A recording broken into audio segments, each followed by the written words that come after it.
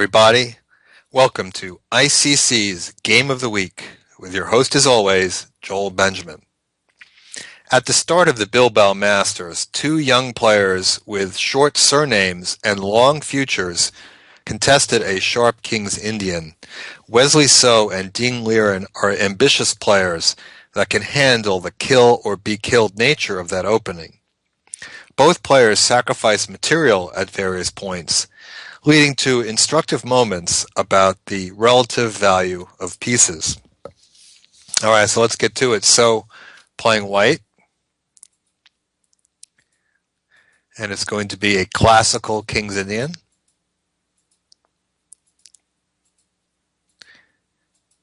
And black plays in the typical way of knight c6, inviting the more del Plata variation. Now, from here, there are many different ways that white can go. It seems that the move b4, which for many years seemed to take on the status of main line, has been somewhat supplanted by other ideas.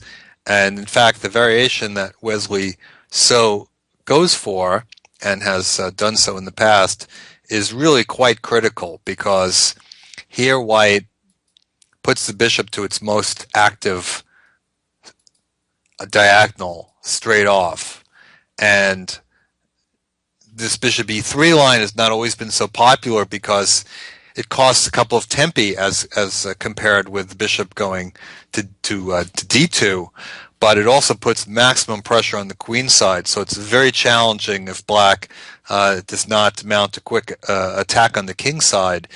He has a lot harder time holding the queen side with that bishop so placed. And black typically looks for this kingside pawn storm with g5, g4 coming. We'll start with g5. And now here is a bit of a branching point in what white can do. Wesley now plays the move rook c1. Now he's had this position a few times. He plays this line a lot.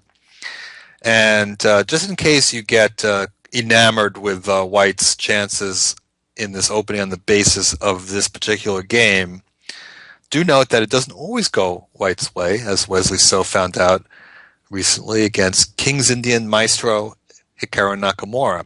That game went like this: knight d3, knight g6, c5.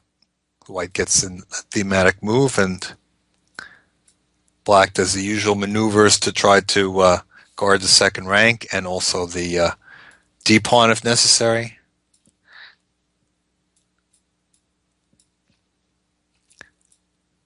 And here the knight can't get in, so he can chase it back.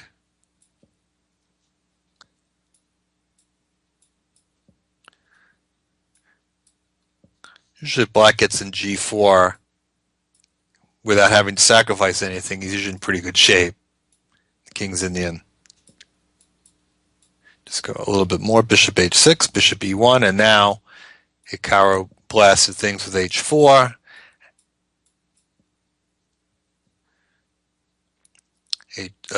Sorry, not h3, pardon me. f3. And after g takes f3, knight takes e4, and he crashed through on the king's side, and with a checkmating attack in the next few moves.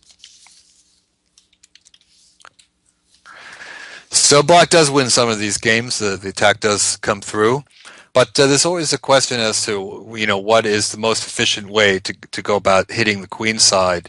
And you notice that the move b4, which you see, is sort of thematic in pursuing the attack. White would rather not have to make this move. He'd like to save a tempo by getting c5 in without this, which is what tries to do here. If knight d3 can support the move c5, but it's a more developing move. And then white can go in a completely different direction, like the prophylactic g4, white being proactive on the king side, before black, builds up over there. That can also be played, and Wesley has also succeeded with that move. But in this game, goes rook c1, and, well, from here, black can can play leave the knights where they are and play rook f6 and bring this rook over to h6 and then try pushing things. Try to do it with that without putting the pawn in h5, which might block the h file.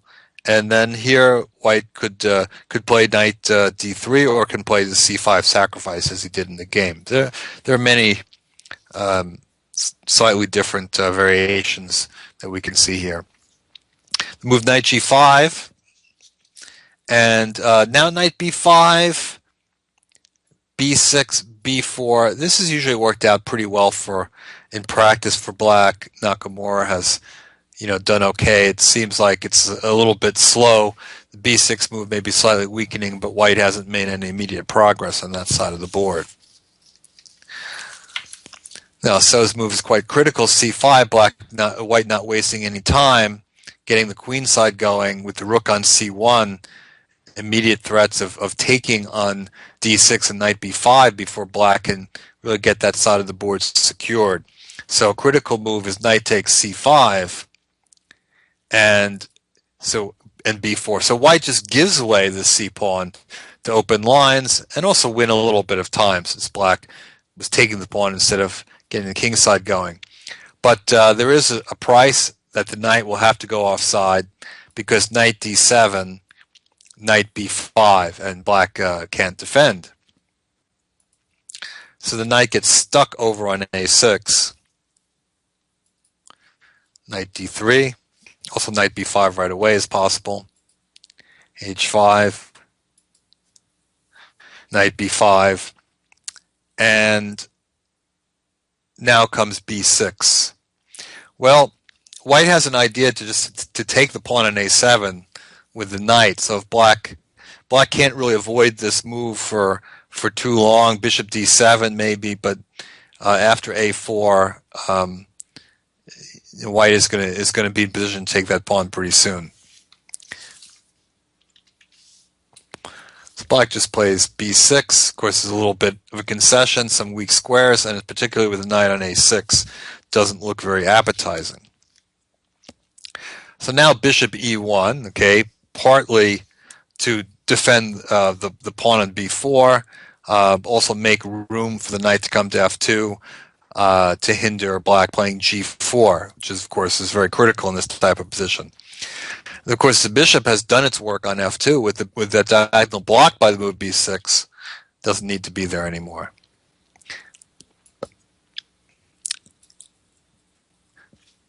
So bishop f6, in this opening, you more often see the bishop going to f8 or even sometimes h6. But here, black does not need to defend d6 as he has the c pawn on the board, a little unusual for the position. So he's thinking about putting the bishop on d8. So that move I think is all right. Knight f2, queen e8. Giving white a little bit to think about. G4 might happen because the bishop on e2 could get overloaded defending the knight. So white could simply defend it with a4, maintaining large-scale pressure on that side of the board, and probably having a pretty good game. But Wesley So, who is a very ambitious player, and occasionally his position blows up because of it. We've actually seen him on the wrong side of things a couple of times in Game of the Week. Finally, we're getting to showcase him in a better light here. But the move queen a4 is a little bit more high risk, high reward. He's trying to take advantage of this knight on a6, but also queen, leaving defense of the king side a little bit. Now I think Ding makes a mistake with the move bishop d8, which is too slow. A better move here is knight h4. And black just getting that counterplay ready, knight h4, annoyingly close to the white king. And white has to be a little bit patient here, because if he plays queen a3, the idea he used in the game, play maybe knight c3 or knight takes d6 after unpinning from the queen. Now black can play g4, and we see black having this useful attacking move knight h4 in. as opposed to what he got in the game. And if white can't take twice on g4 because b5 is hanging. So not queen a4, white would temporize with rook c3. A useful move to double and also defend the third rank. But rook g7, again preparing g4, and then maybe white would end up trying to stop it with h3 and holding everything up. And it's hard for black to get further than that, but in the meantime he hasn't dropped anything either. In the game we saw bishop d8, and now the move queen a3 causes some problems for black, and he's not really in a position to get out of the way of knight takes d6, because knight b8, while the pawn on c7 is guarded, this one is hanging because the bishop on c8 is hanging. So after queen a3, we could see knight h4, but now knight takes d6, pawn takes d6. White has time to grab here, and it looks better for white. One more tempo, and black might be in position to play g4.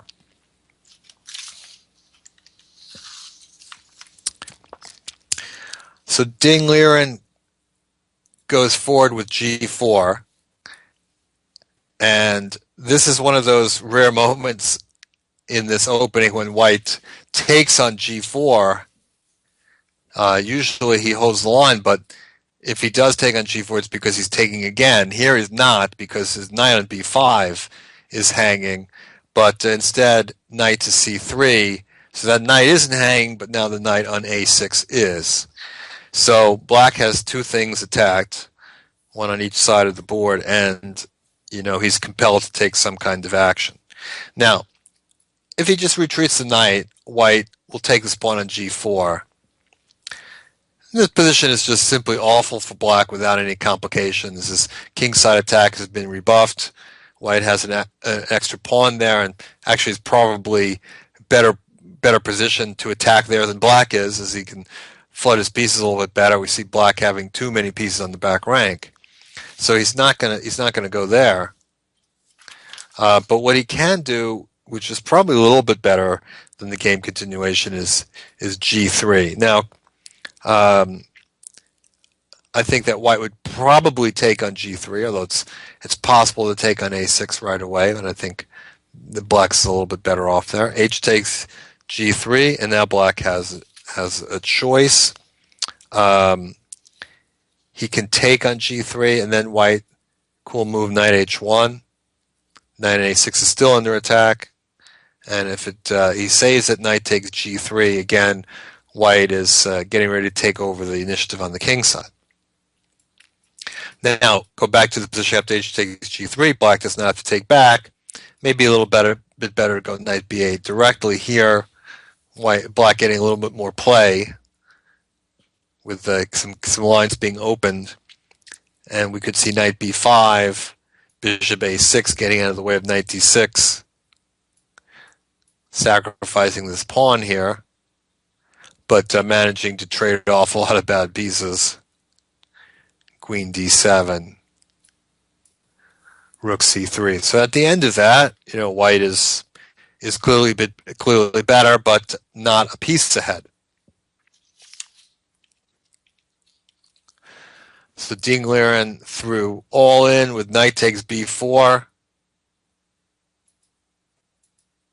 and f3. So you might say, well, why knight takes b4? Why not just leave the knight there? Well, if f3, then the bishop could take on b4, so he decided to grab a pawn and then attack the bishop anyway, although white is able to pick up this tempo with bishop b5. Queen e7, and now g3. So white keeping the king side relatively close, certainly a very speculative sacrifice for black with a lot of pieces on the back rank, but it's not trivial because there is potential on this h file. The pawn on f3 is a bit of a bone in the throat. Okay, so now queen c4, queen getting into position, and So is looking to maybe break this attack directly with his counterplay. That's this aggressive-minded player, and grandmasters prefer to do that if they can. Anyway, rook h8, and now queen c6, very direct move. Now, my computer here likes to play knight to d3 to defend the pawn with rook f2. There is possibly rook h2.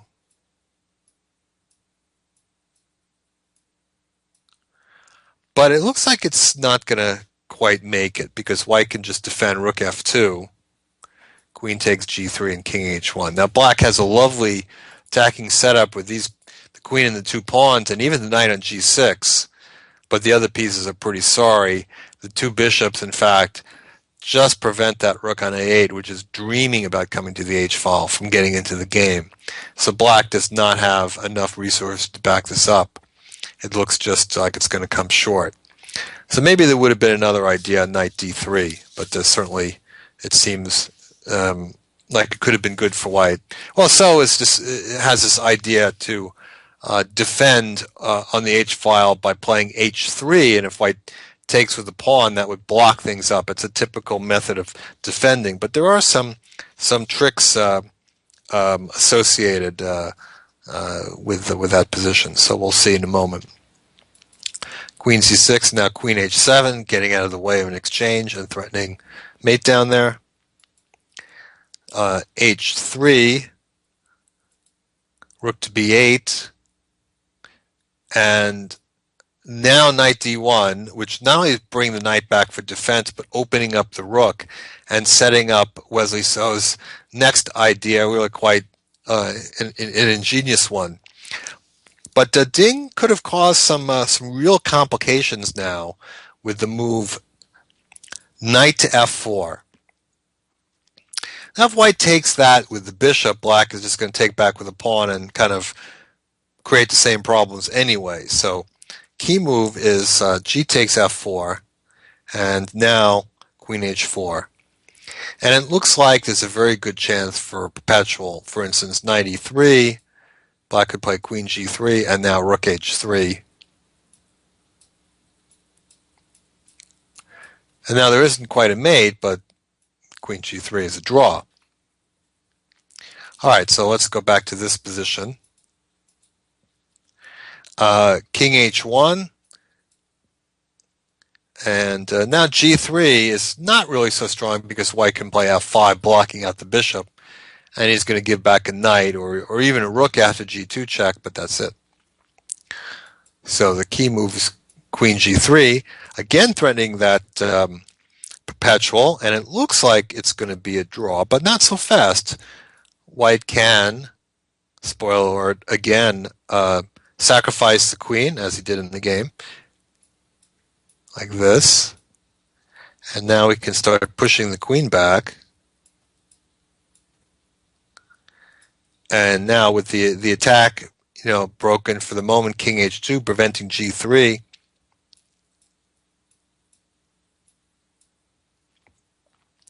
This, like many positions that I encountered, the computer seems to be very slow on the uptake, but basically it comes out very strong for white. Rook c7, knight f6, threatening mate down on g8, and the pieces are dominating the queen. So knight f4 seemed just a bit insufficient, although somewhat scary, but I think that So would have figured that all out. Ding plays a6, and trying to get the bishop to retreat to a square that might be in the way of things. Well, let's say it goes to d3, and then black could start with, at least with bishop d7, kicking the queen out. And then, he starts to have long-term chances because he's solidified the queen side so that white isn't crashing through over there. And, well, he's got a couple of pawns and some pressure on the king side, so it can make it interesting. Therefore, So's continuation was excellent. He went in queen e8, and now he sacrificed the queen for a bishop. Well, seems crazy, but he's already got one piece in his pocket, and after rook c7, he's going to take another one. Now black could give back the queen, then white saves the bishop, but I don't think that black can have all that much hope here. The minor pieces are going to be completely dominant over the rook. In these kind of closed positions where there are, outposts for minor pieces but blocked up for rooks, the rooks usually don't do very well. Therefore, Ding plays bishop d7, and although at first it looks tempting to take with the bishop, it's not a good idea because the bishop becomes immediately pinned. Therefore, So had to settle for trading this rook, but now he's got 3 minor pieces for the queen, and they look like they're coordinating pretty well, so it looks like a bad position for black. Although I found it very curious how the computers evaluated this. I tried on 2 different engines, and both of them seem to overrate black's position pretty consistently as far as I could tell. After g takes h3, king h2, 2 different engines tried to tell me that black is actually somewhat better after knight e7, which was not played in the game. To me, the position looks rather lost for black, as white just needs to consolidate a little bit, and those pieces should dominate the queen. White is going to have at least one pass pawn, the g pawn, to play with.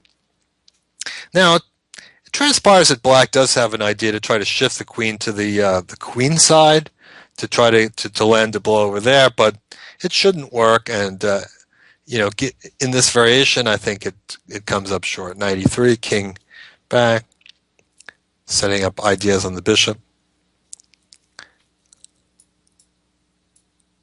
Of course, there's that c file to come in on.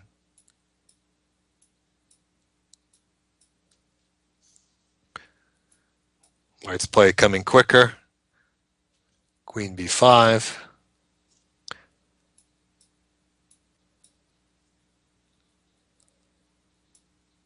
Threatening to come into f6. Threatening rook h7, knight h6 mate.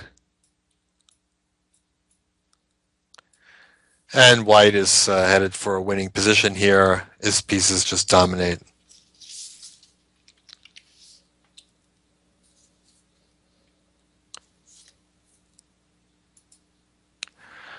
Ding played rook b7. I guess maybe thinking about putting that rook on the c file before white gets there.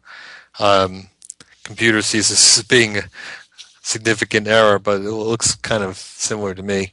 Bishop e6, knight f8, bishop f5, queen h5, knight g4. So the piece is starting to exert themselves. The f3 pawn is now about to drop. Knight to d7.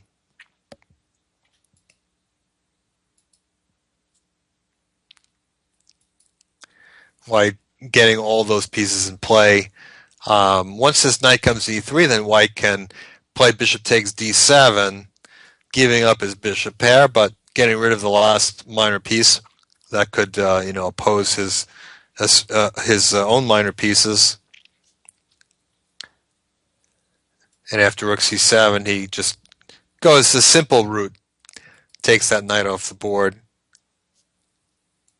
Rook takes f3. And now white can do some damage with that rook on the f-file. If black doesn't do anything about it, he's threatening to come rook f8, king h7, knight f6. So black offers a trade, and white is happy enough with that trade, but with a little nuance, he puts the rook forward to f5. And now he gets the passed pawn. And this kind of passed pawn, coupled with the 3 minor pieces, is usually going to be impossible to stop, as you can hope to blockade it for a while, but eventually those minor pieces are going to break any blockade Once again, it seems a tough position for the engines. This looks like a plus-minus situation to me, but it does take the engines actually a lot of time to perceive that this is going to be lost. Now, black can defend it a little bit better than Ding did. Queen f7 as played, bishop g5, and now king h7 is a somewhat better try than we saw in the game. And the idea is that it prevents immediate disaster for black with the pawn advancing after knight h6, because that would be actually quite an oops.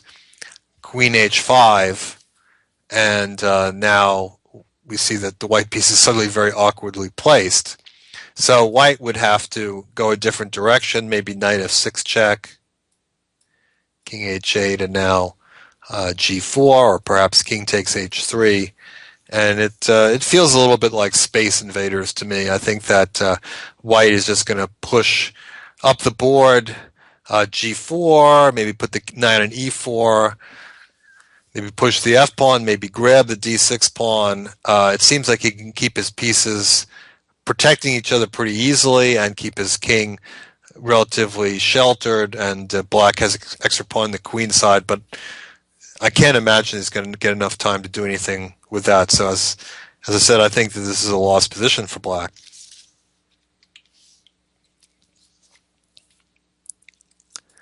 But after b5, knight h6, it was much more direct, and the point being queen h5 is now busted by g4, and can't take the bishop because of this fork. That's the importance of moving the king to h7.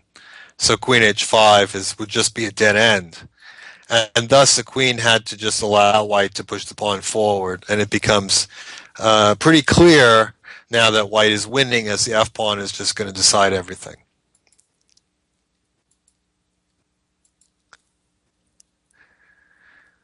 The king isn't really able to help that much after bishop h4, white keeping everything defended. e4, black kind of pushing everything desperately, but white just goes in bishop e7. It's just a forced win. Now black could have tried queen f7, knight f7, and e2. White would have to scramble to stop that. He could play knight h4, king takes knight, knight f3, and I think that this would be a relatively easy win for white, but he could do, I think, even better after e2 with the slightly problem-like move knight e5 check, trying to bring this other knight back to f3. If king takes knight, knight f3, but white is going to keep two extra pieces, and still this nasty g-pawn, which is going to queen. Now, if you don't want to take that knight on f5, you want to take the other one, then white has a little swish and zug, knight h4, when the king has nothing to take, and now the bishop comes back and stops the pawn. Again, white has two extra pieces.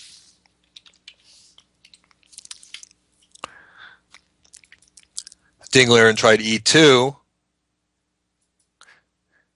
and knight h4 check, pushing the king back. Also, I guess, putting the knight in a little bit of a position to shield the king. Now he just takes the queen. So this amounts to black basically losing his passed pawn. White still has his. And after bishop takes d6, the pawn is poised to queen. It's defended. The knight on h6, defending it. That's not defended, but white is ready to queen. So black really can't do anything but give some checks, and when they run out, the game ends.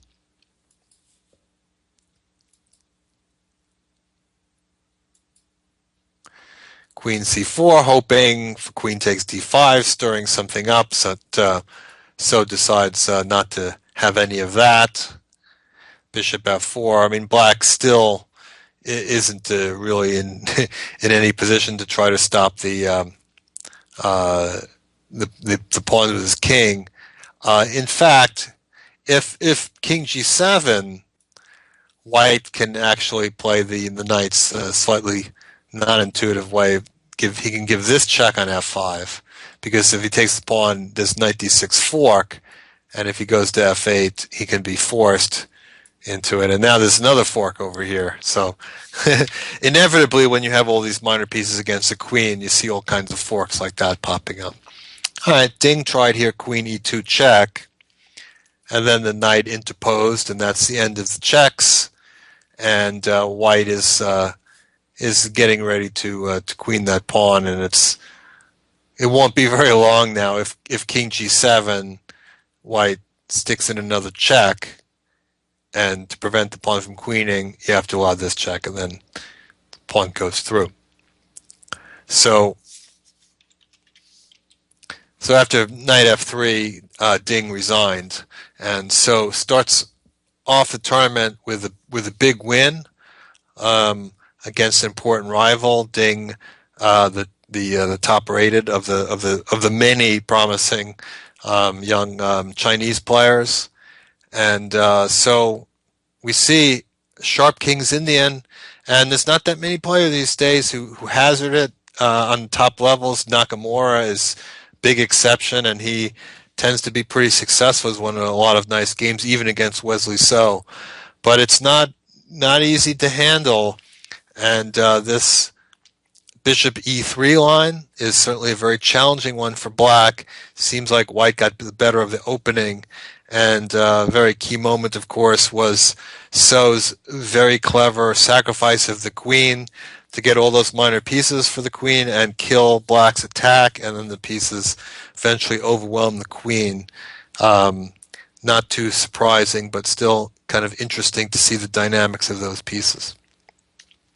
All right, there you have it. I'm Grandmaster Joel Benjamin. I hope that you enjoyed that game and the analysis, and I hope that you will join me next time on ICC's Game of the Week.